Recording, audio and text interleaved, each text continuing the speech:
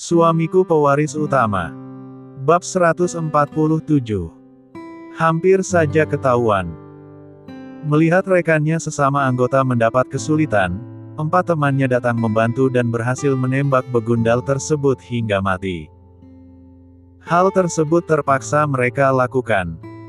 1 jam kemudian, keadaan kembali normal. Seluruh penjahat tersebut berhasil ditumpas, yang berhasil selamat maupun yang tidak, mereka bawa ke rumah sakit. Sedang biaya pengurusannya diserahkan pada pihak Birawa Group. Kini lalu lintas kembali normal. Sewaktu terjadi baku tembak antara petugas, anak buah Robin dengan kelompok rojak itu. Lalu lintas sempat terhenti di tempat tersebut, dan menghambat perjalanan pengguna jalan lainnya.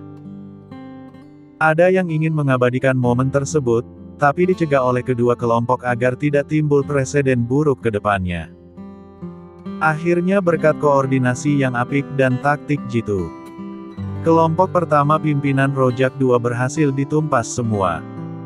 Kini tinggal mencari peran utama sindikat yang meresahkan Hendy itu. Jika ada Rojak 2, pasti ada Rojak 1, 3, dan seterusnya. Ternyata penggunaan rojak itu bukan mengarah pada nama seseorang, tapi nama gelar, untuk menunjukkan status mereka dalam komplotan tersebut. Sementara itu di lokasi lain, ratusan pengawal pimpinan Robin, Langit dan Bumi, terus menyusuri jalan LS itu dan jalan-jalan lainnya, untuk memancing kelompok pengganggu tersebut agar keluar dari sarangnya. Tapi sudah hampir setengah hari pencarian mereka tidak membuahkan hasil. Akhirnya diputuskan, kelompok besar mereka bagi 3, dan berpencar untuk memancing para penjahat tersebut agar keluar. Selama pencarian itu, komunikasi terus mereka lakukan, dengan kelompok, pimpinan Burgon juga dengan kelompok lainnya. Jika dalam 3 jam tidak juga berhasil memancing kelompok lain keluar, segera bergabung dengan kelompok induk dan akan kembali melanjutkan pencarian pada malam harinya. Ucap Robin memberi perintah melalui sambungan teleponnya. Siapa mereka? Bagaimana bisa menghabisi anak buahku? Tanya seorang pria berkumis pada anak buahnya bernada marah. Kami tidak begitu tahu, bos. Tapi menurut mata-mata kita, waktu itu seperti biasanya, kelompok pimpinan Rojak 2 tengah melakukan aksinya.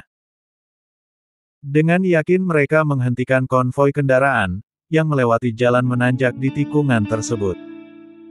Tapi kali ini mereka bernasib sial. Puluhan kendaraan yang membawa semen, ternyata dikawal oleh ratusan orang bersenjata lengkap. Bahkan menurut kabarnya, di antara mereka itu ada puluhan aparat penegak hukum. Jawab salah seorang anak buahnya berterus terang. Siapa mata-mata tersebut? Tanya Rojak Babu Garang. Marconi, bos. Jawabnya berterus terang. Panggil dia kemari. Aku ingin mendengar secara langsung dari mulutnya tentang penyergapan tersebut. Respon Rojak Babu tegas. Baik, bos. Akan segera saya hubungi dia. Jawab Bono, anak buah tersebut patuh. Kemudian mengambil teleponnya, dan menghubungi Marconi, agar datang menghadap Rojak Babu sekarang juga. 1 jam kemudian, Marconi yang dipanggil tadi, sudah berada di hadapan si babu tersebut, dan melaporkan kejadian yang sebenarnya. Sial. Bisa-bisanya pemilik semen itu mengirimkan begitu banyak orang. Sebenarnya siapa orang yang sedang kita hadapi itu? Kenapa sampai bisa mengerahkan begitu banyak pengawal, untuk mengawal pengiriman semen-semen tersebut? Yang aku herankan, kenapa informasinya tidak sampai ke telinga kita? Respon Rojak Babu tidak senang. Kemudian mengalihkan pandangannya pada mata-mata yang dipanggil tadi.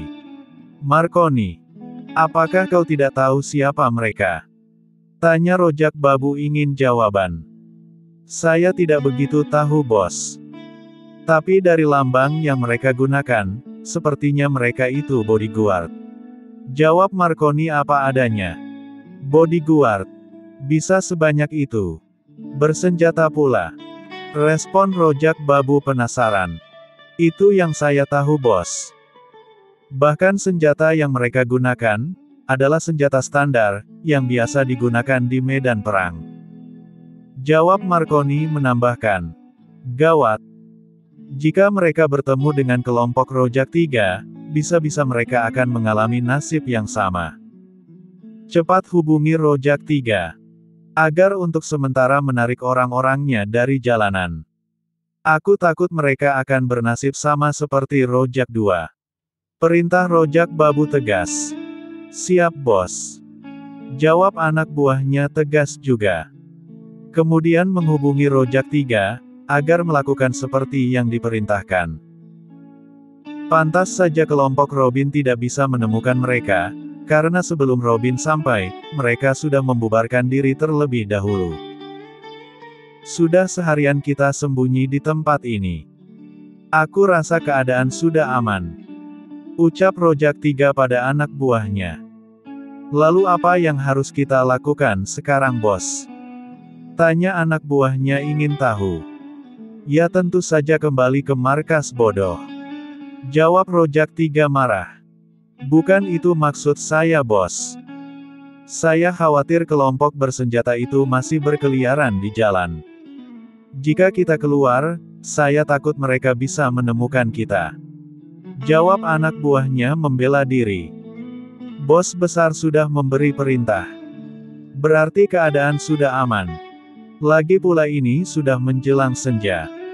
Aku yakin mereka sudah tidak ada lagi di jalanan. Jawab Rojak 3 enteng. Jadi bos. Respon anak buahnya ragu-ragu. Jadi apa lagi? Ya bersiaplah. Setengah jam lagi kita pergi dari sini. Paham. Jawab Rojak 3 emosi. Paham bos. Jawabnya malu-malu. Kota Golden City, 3 hari sebelum Robin dan Burgon berangkat ke kota P dan L. Dewa Obat. Apakah kau tahu kenapa paman aku panggil kemari secara pribadi? Tanya Hendy dengan ekspresi serius. Saya tidak tahu Tuan Besar. Mungkin karena saya ada berbuat salah, sehingga saya dipanggil kemari. Jawab Dewa Obat atau Pai Zhu Xian kebingungan. Bisa ya bisa juga tidak. Respon Hendy penuh mengandung teka-teki. Kalau boleh tahu, apa kesalahan hamba yang hina ini Tuan Besar? Jawab Dewa Obat merendah. Pertama, sudah banyak obat serta ramuan yang kau buat, tapi tidak ada satupun obat untuk memulihkan stamina serta kejantanan pria. Kedua, dari ribuan bahkan mungkin jutaan jenis ramuan, pil serta serbuk di paviliun obat kita. Belum ada satupun ramuan obat, atau pil perangsang kesuburan pria dan wanita. Apakah perkataanku ini benar Dewa Obat? Ucap dan tanya Hendy bersandiwara. Benar Tuan Besar. Dan baru dalam tahap rencana, jadi belum ada resepnya. Jawab Pai Zhu Xian berterus terang. Nah, karena alasan itu, aku panggil paman kemari, dan memerintahkan saat ini juga, agar paman menuliskan resepnya, lalu dibuat obatnya, serta diuji coba. Obat itu sangat berguna bagi pasangan yang belum punya anak. Kalau mereka tidak bersedia menjadi bahan percobaan, aku bersedia menjadi taruhannya. Ucap Hendy bersemangat. Baik Tuan Besar. Hari ini juga saya akan membuatkan resepnya, dan besok sudah boleh diuji cobakan. Jawab Dewa Obat juga semangat. Bagus. Aku hargai usahamu Dewa Obat. Selain itu, aku juga ingin kau membuat obat khusus untuk kakekku, agar penyakitnya tidak kambuh lagi. Respon Hendy senang. Akan saya usahakan Tuan Besar. Ramuan atau obat yang Tuan minta untuk dibuatkan segera.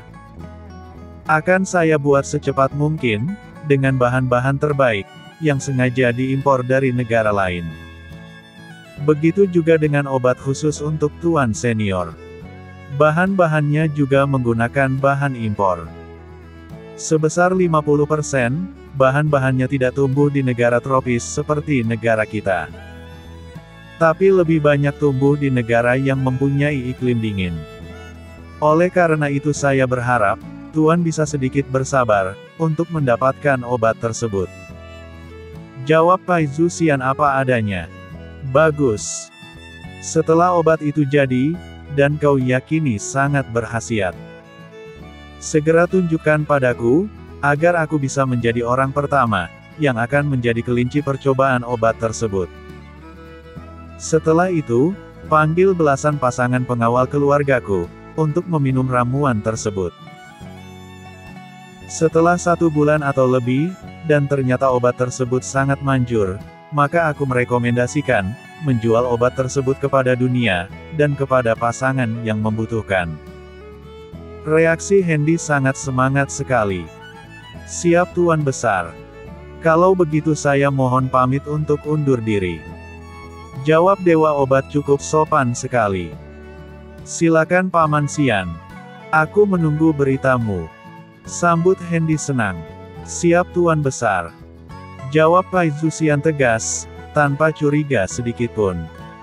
Hahaha. Usahaku berhasil. Dan Dewa Obat tidak tahu akan masalahku. 2 atau 3 hari lagi, aku akan mendapatkan kejantananku kembali. Monolog Hendy dalam hati.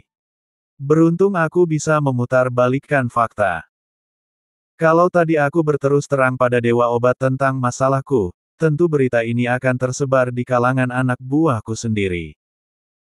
Alangkah malunya aku, jika itu benar-benar terjadi. Untunglah aku bisa bersandiwara di depan Pai Zuxian, si Dewa Obat itu. Monolog Hendy kembali dalam hati. Setelah ini, aku akan menyuruh Dewa Obat untuk membuat berbagai macam ramuan, pil, obat-obatan, untuk penyakit-penyakit yang belum ada obatnya. Dengan demikian, kebohongan sunatku, tidak akan ketahuan sampai kapanpun, dan harapan kakekku serta Ivory, akan menjadi kenyataan. Gumam Hendy lirih untuk diri sendiri. Setelah berkata seperti itu, Hendy pergi menemui kakeknya, untuk membicarakan pengiriman 3-400 pengawal, guna meringkus komplotan yang selalu mencegat konvoi kendaraan pengiriman semen milik Birawa Group. Waktu kembali ke 3 hari sesudahnya. Kelompok begal yang dipimpin oleh Rojak III, kini telah kembali, dan selamat sampai tujuan. Tidak ada penghadangan atau dibuntuti oleh kelompok yang sedang mencari-cari mereka. Tapi tanpa mereka sadari, tak jauh dari markas kelompok itu, ada 2 orang yang sedang menyamar sebagai pedagang keliling, yang tengah melayani seorang pelanggan, dan berpura-pura tidak tahu, bahwa di depan juga belakang mereka, adalah markas besar kelompok para begal tersebut. Minggir! Kenapa kau menghalangi jalanku? Teriak Rojak marah, sesaat sebelum masuk ke dalam pekarangan rumah besar berlantai 3 tersebut. Maaf bos. Saya sedang melayani pelanggan ini. Jawab pedagang bakso tersebut beralasan. Kemudian tetap mengambilkan pesanan bakso yang ingin dibeli oleh pembeli yang ada di depannya. Tetap saja kau harus memindahkan gerobakmu. Karena telah menghalangi jalanku. Kalau kau tak mau juga, jangan salahkan aku jika harus menabrak gerobakmu itu. Respon Rojak III emosi. Baik. Baik. Saya akan mendorong gerobak dagangan saya ke pinggir. Jawab pedagang bakso tersebut ketakutan. Kemudian buru-buru mendorong gerobak miliknya, agar menjauhi pintu gerbang rumah besar tersebut. Mengganggu saja.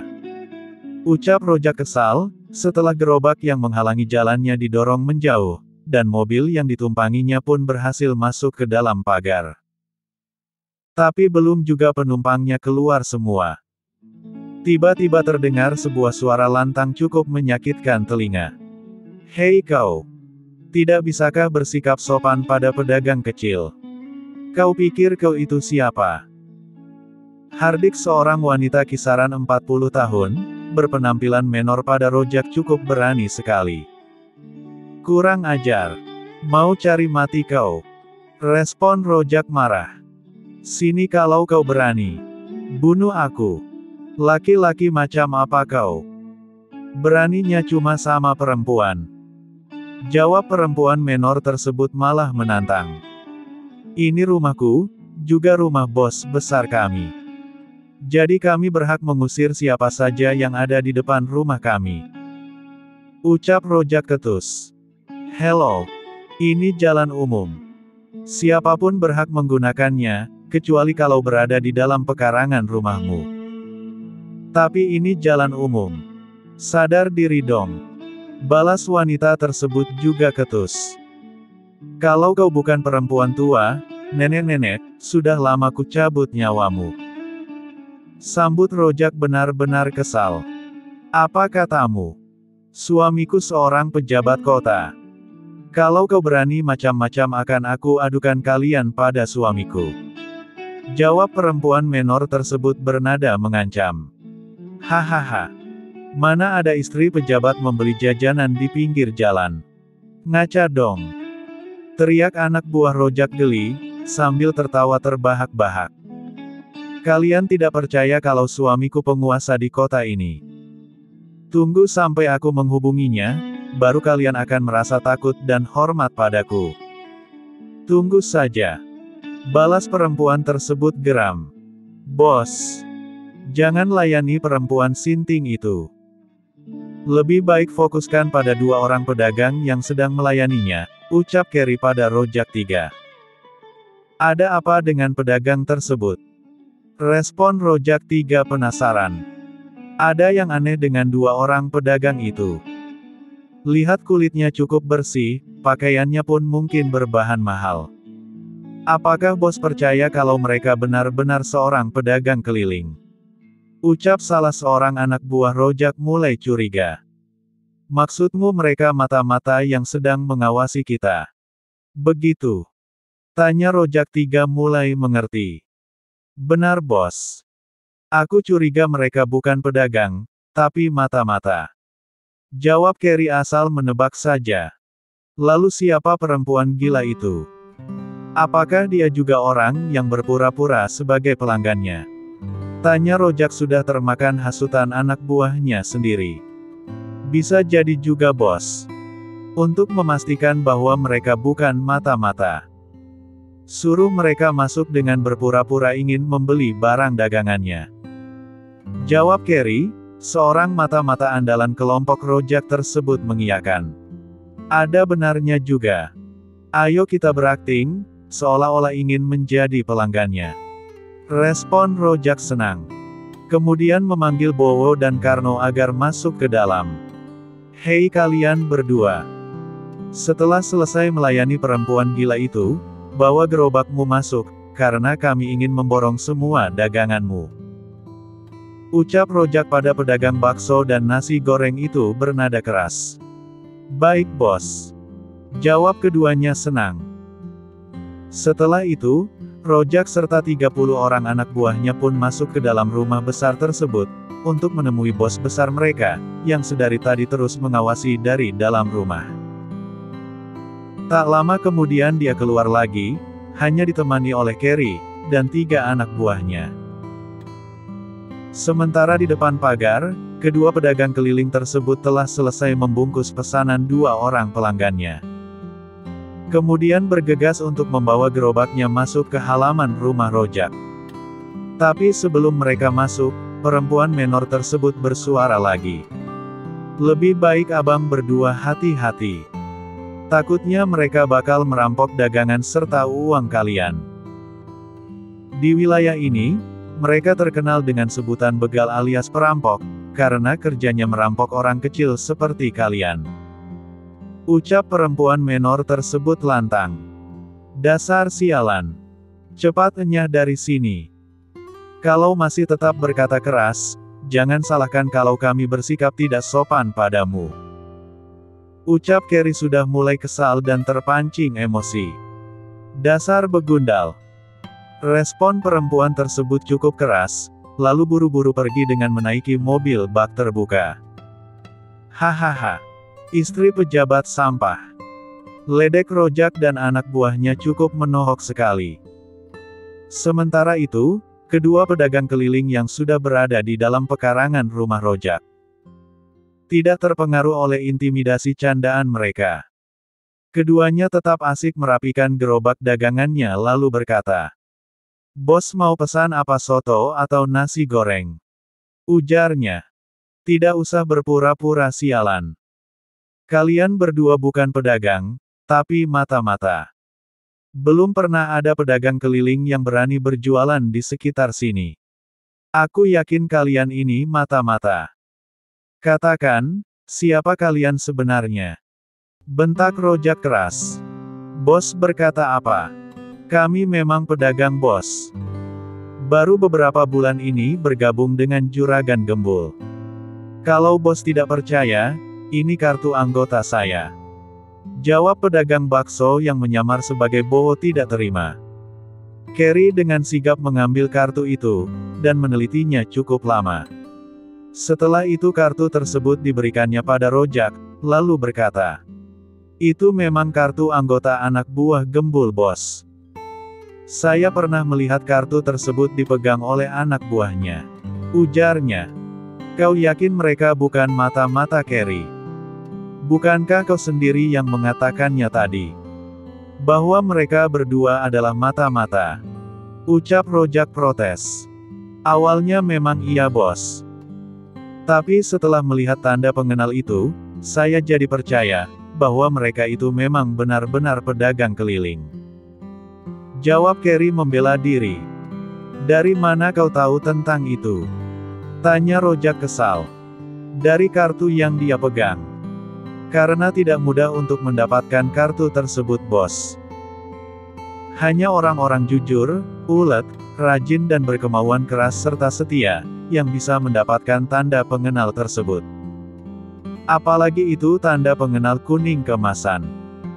Berarti mereka orang yang paling bisa dipercaya oleh Juragan Gembul." Jawab Carrie menjelaskan. "Kalau kau sudah mengatakan seperti itu, aku percaya saja." Sambut Rojak sudah mulai lega. "Bagaimana, bos? Apakah jadi memesan dagangan kami?" Tanya Bowo ingin tahu. "Ya. Buatkan 50 mangkok bakso, dan 10 piring nasi goreng, untuk anak buahku." Jawab Rojak tiga kesal. "Baik, akan segera kami siapkan." Jawab Bowo senang. Lalu dengan cekatan mempersiapkan mangkok serta yang lain, demi memenuhi pesanan Rojak tersebut. Setelah 1 jam, semua pesanan itu telah selesai. Hanya tinggal menunggu pembayarannya saja. Sementara itu, di dalam rumah bos utama komplotan begal yang bernama asli Babu Sumarso, atau yang sering dipanggil dengan Rojak Babu, sedang asik mengawasi kedua pedagang tersebut, dengan coba mengenali siapa mereka berdua. Untuk sekarang kita harus berhati-hati, walau terhadap pedagang keliling seperti mereka. Siapa tahu mereka mata-mata yang sedang menyamar menjadi pedagang, padahal sebenarnya sedang mengawasi kita. Ucap Rojak Babu pada anak buahnya. "Jadi apa yang harus kita lakukan, bos? Apakah harus menangkap mereka?" Tanya anak buahnya ingin dukungan. "Tidak perlu. Cukup awasi mereka saja dan ikuti kemana mereka pergi. Pastikan apakah mereka berdua benar-benar pedagang atau bukan." Jawab Rojak Babu tegas. "Baik, bos. Cepat turun dan suruh Rojak Tiga membayar pesanan yang sudah mereka terima itu, lalu suruh pedagang keliling itu pergi. Buat seolah-olah kejadiannya terjadi secara wajar." "Mengerti." Perintah Rojak Babu cukup tegas. "Siap, bos." Jawab Bono, salah seorang komandan operasi dalam komplotan tersebut patuh. 10 menit kemudian, tukang bakso dan penjual nasi goreng sudah meninggalkan pekarangan rumah Rojak Babu, dan sekarang sedang meneruskan perjalanannya menuju rumah Gembul untuk kembali. Tapi di tengah perjalanan, mereka saling berkomunikasi satu sama lain dengan menggunakan sebuah alat canggih berukuran kecil, yang mereka masukkan di kerah baju mereka. Bukan hanya itu saja. Di topi yang mereka pakai itu, juga terdapat kamera pengawas, walau ukurannya sangat kecil sekali, tapi bisa merekam seluruh objek yang berada dalam jangkauannya, serta dikirimkan ke pusat data ruang operator milik Birawa Group di Kota Emas. Hasil pantauan itu juga dikirimkan pada Robin serta Burgon, agar mereka bisa cepat bertindak, jika rumah yang didiamini oleh Rojak Babu itu merupakan markas penjahat atau bukan. Terus berjalan seolah-olah sedang tidak diawasi dan tawarkan barang dagangan kalian pada orang-orang yang duduk di depan rumah mereka. Ucap Burgon memberi perintah. Siap ketua. Jawab Bowo Liri. Kemudian melakukan apa yang diperintahkan oleh Burgon ketua mereka itu. Sialan. Mereka benar-benar pedagang keliling, bukan mata-mata seperti yang dikatakan oleh bos kita. Ucap salah seorang penguntit itu merasa geram. Kau benar. Kita bertindak seolah-olah mereka musuh, padahal orang miskin yang sedang mencari sesuap nasi. Jawab temannya. Salah dia sendiri. Nasi yang sudah ada malah dijual pada orang lain. Padahal tinggal memakannya saja, beres. Respon temannya berkelakar. Kalau begitu bukan pedagang nasi goreng namanya. Jawab temannya juga berkelakar, untuk mengusir rasa bosan mereka. Lalu apa namanya? Tanya temannya pula. Pedagang yang tak tahu diri. Bilang mau mencari sesuap nasi. Ketika nasi sudah ada, malah dijualnya pula. Apa bukan pedagang tak tahu diri namanya? Jawab temannya asal bicara. Pandailah kau. Respon temannya sedikit kesal karena dipermainkan. Sudah. Ya biasalah. Namanya saja pedagang, pasti ada pembelinya. Respon temannya datar. Biasa bagaimana? Kalian perhatikan baik-baik. 10 orang itu keluar dari 2 mobil mewah. Bukankah itu aneh? Jawab temannya protes. Mana ada orang kaya mau makan nasi goreng dan bakso di pinggir jalan, kalau bukan ada apanya. Sambungnya lagi. Jadi maksudmu bagaimana? Tanya temannya tidak mengerti. Kau bodoh atau apa sih? Jelas mereka itu adalah mata-mata, yang sedang mencari tahu tentang kita. Kedua pedagang keliling itu adalah anak buah mereka, yang sedang menyamar sebagai pedagang bakso dan nasi goreng. Padahal mereka adalah mata-mata. Jawab temannya kesal. Kurang ajar. Ternyata kita dibohongi oleh mereka. Cepat laporkan masalah itu pada bos. Agar bisa memberi petunjuk, apa yang harus kita lakukan pada mereka. Respon temannya yang lain merasa cemas. Jangan gegabah. Kita hanya bertiga, sedangkan mereka berjumlah 10 orang. 12 dengan pedagang itu. Jika kita nekat mendekati mereka, kita sendiri yang akan mati. Ucap temannya yang lain. Siapa suruh mendekati mereka? Cukup beritahu bos, beres. Jawab rekannya menimpali. Oke kalau begitu. Sambut temannya mengerti. Kemudian mengambil handphonenya, untuk memotret orang-orang tersebut. Lalu dikirimkan pada bos mereka. Tapi belum juga rencana tersebut terlaksana, sesuatu terjadi pada ketiganya. Bak. Tanpa bersuara tanpa diduga, 3 orang ninja tiba-tiba muncul di belakang mereka, dan langsung memukul tengkuk ketiganya hingga pingsan. Angkat tubuh mereka. Dan masukkan ke dalam mobil itu. Ucap seseorang memberi perintah. Baik ketua. Jawab salah seorang ninja patuh, kemudian mengangkat tubuh tidak berdaya tersebut, dan dimasukkan ke dalam mobil yang tak jauh dari tempat mereka mengawasi tadi. Dasar amatiran. Birawa Group dilawan. Ucap seseorang yang ternyata adalah Burgon. Cepat bawa mereka ke markas. Buat ketiganya mengakui, bahwa mereka adalah penjahat yang sedang kita cari. Jika tidak mau mengaku juga, lakukan sesuai prosedur. Perintah Burgon tegas pada anak buahnya. Siap laksanakan ketua. Jawab ketiga orang ninja mantan tentara itu patuh. 1 jam kemudian, ketiga penguntit yang ditugaskan untuk mengawasi Bowo dan temannya, telah mengakui perbuatan mereka. Tidak tahan disiksa, bahkan diancam akan dikebiri, akhirnya ketiganya memberitahu siapa mereka sebenarnya. Bukan hanya itu saja, ketiganya juga mengakui bahwa mereka yang selalu menghadang konvoi kendaraan pengangkut semen untuk dirampas isinya.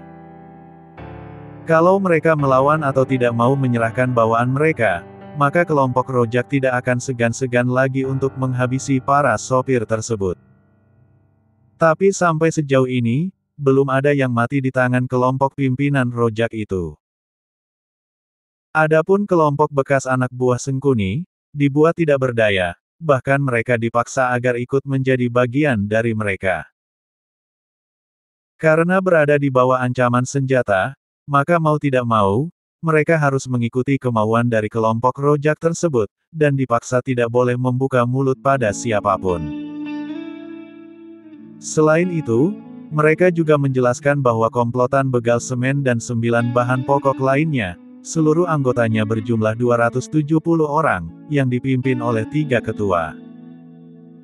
Mereka adalah Rojak 1, Rojak 2 dan Rojak 3, yang masing-masing beranggotakan 100 orang lebih. Tapi ketika ditanya alasan kenapa mereka melakukan itu, ketiga mata-mata amatiran tersebut tidak bisa menjawabnya, karena mereka tidak tahu apa yang harus mereka katakan. Setelah mendapatkan keterangan tersebut, Robin dan Burgon memutuskan untuk bertindak cepat. Sebenarnya mereka bisa mendapatkan informasi lebih awal, jika Rojak 2 dan 2 anak buahnya tidak mati dalam perjalanan, ketika menuju ke rumah sakit. Kejadian itu tentu saja memutuskan mata rantai informasi, yang ingin segera mereka dapatkan. Tapi bukan Burgon namanya, kalau tidak bisa menemukan di mana keberadaan anggota rojak-rojak yang lain. Malam itu, sekitar pukul 9.30 malam, setelah selesai menginterogasi ketiga mata-mata amatiran tersebut, Burgon dan Robin, yang didampingi oleh Langit, Awan Bumi serta Erik, terlihat sedang mengadakan pertemuan. Dalam pertemuan itu, Burgon yang paling banyak menjadi pembicaranya. Malam ini juga kita bergerak menyambangi rumah itu, dan meringkus penghuninya. Ucap Burgon di tengah pertemuan itu, setelah sekian lama mereka berunding. Bagaimana dengan pihak otoritas setempat, apakah perlu kita libatkan? Tanya Bumi menimpali. Menurutku perlu, karena mereka penguasa daerah ini, terutama aparatnya. Jika kita tiba-tiba menyerang mereka tanpa berkoordinasi, jelas kita telah menyalahi aturan. Lagi pula lokasinya boleh dikatakan berada di tengah kota, walau itu perumahan. Jawab Burgon tegas. Cukup aneh.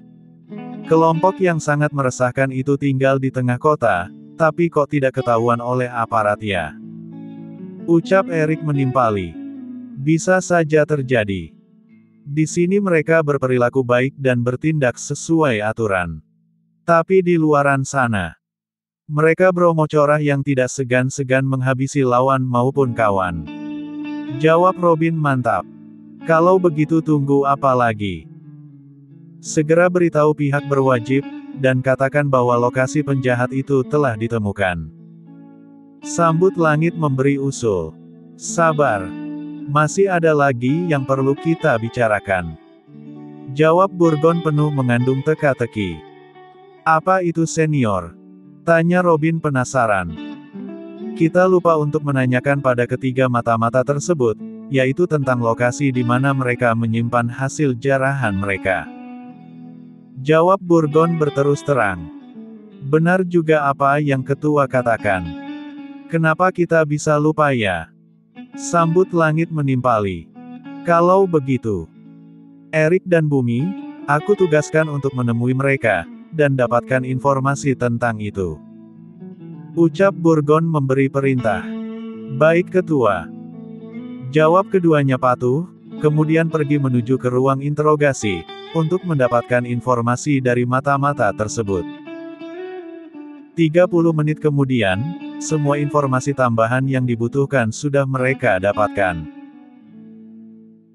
Burgon, sebagai ketua senior, dari 5 komandan pasukan pengawal Birawa Group memerintahkan, agar mendatangi markas begundal itu tepat pukul 12 malam, dengan perhitungan bahwa mereka sudah pada tidur semua. Seperti yang diperkirakan, begitu mereka sampai di lokasi perumahan tersebut, kondisinya memang sudah mulai sepi. Tapi di rumah Rojak Babu, masih ada tanda-tanda kehidupan. Tak mau targetnya melarikan diri atau sempat melakukan perlawanan, Burgon memerintahkan pada tim pembuka jalan, yang terdiri dari 10 orang ninja, untuk mendatangi mereka secara diam-diam. Benar saja, hanya dalam tempo tak lebih dari 3 menit, orang-orang yang berada di pos penjagaan, berhasil dilumpuhkan seluruhnya. Cepat menyebar. Dan kepung rumah ini secara diam-diam. Jangan sampai terdengar bunyi tembakan kalau tidak terpaksa. Ucap Burgon memberi perintah. Siap. Jawab mereka serempak. Kemudian berpencar secara sembunyi-sembunyi mengelilingi rumah targetnya. Orang-orang yang dibawa untuk meringkus komplotan Rojak Babu hanya berjumlah 50 orang. Tapi mereka adalah pasukan yang sangat terlatih. Dalam sekejap saja, pintu dan jendela rumah bagian samping telah terbuka separuh. Tapi secara tiba-tiba, terdengar bunyi tembakan cukup kuat dari dalam rumah, dan hampir mengenai anak buah Burgon. Beruntung mereka cepat menghindar, dengan berlindung di balik tembok dekat pintu bagian depan, juga jendela bagian samping. Akibat bunyi tembakan itu, seluruh anak buah Rojak Babu terbangun, dan buru-buru berlari ke arah sumber suara. Tapi naas, tindakan mereka yang ceroboh itu, mengakibatkan beberapa orang di antara mereka menjadi korban tembakan rekannya sendiri. Di antara mereka ada yang langsung mati, tapi ada juga yang hanya terluka saja. Hentikan tembakan. Itu teman kita sendiri. Ucap Rojak Tiga cukup kuat. Arahkan moncong senjata kalian ke arah pintu itu. Tembak siapa saja yang berani muncul. Ucap Rojak Tiga tegas.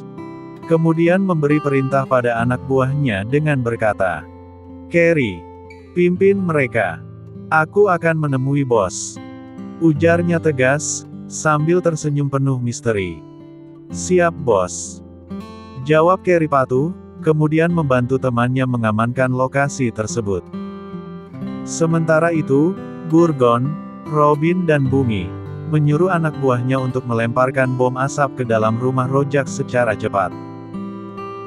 Akibat dari tindakan itu, bom tersebut meledak di dalam rumah, dan membuat orang-orang yang ada di dalamnya menjadi kalang kabut. Asap yang cukup tebal, membuat mata mereka perih, dan susah untuk bernafas. Akhirnya mereka terpaksa keluar untuk mencari udara segar. Sambil mereka keluar itu, senjata yang mereka pegang, isinya dimuntahkan semua, dengan harapan mengenai para penyerang. Tapi anak buah Burgon, bukanlah pasukan kaleng-kaleng, tembakan yang serampangan itu, dengan mudah dihindari mereka, dengan berlindung di balik mobil pemilik rumah itu sendiri.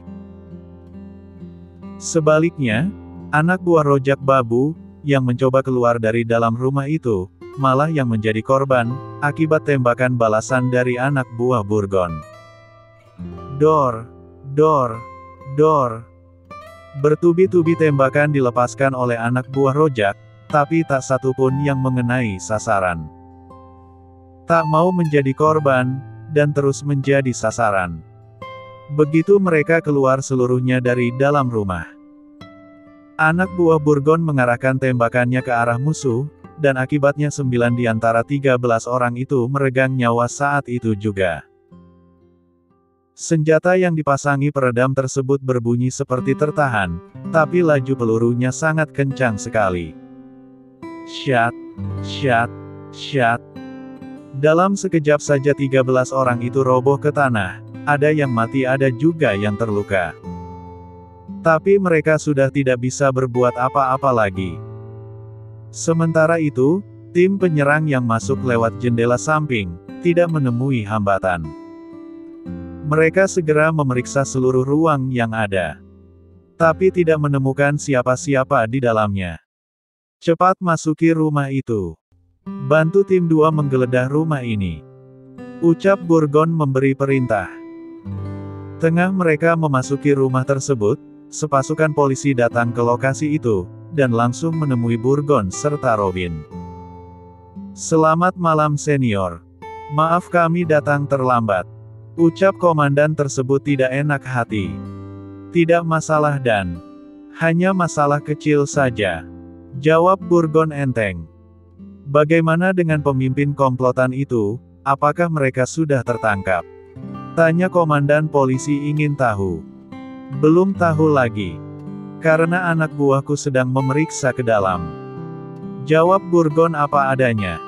Kalau begitu izin untuk membantu yang di dalam. Respon komandan tersebut cukup cepat. Silakan Dan. Jawab Burgon singkat. Tak lama sesudah itu, belasan polisi bersenjata lengkap, yang diikuti oleh komandannya, juga oleh Robin, Burgon serta yang lain memasuki rumah tersebut. Tapi belum juga mereka berada di dalam, anak buah Burgon pun keluar. Lapor ketua. Di dalam rumah ini kosong.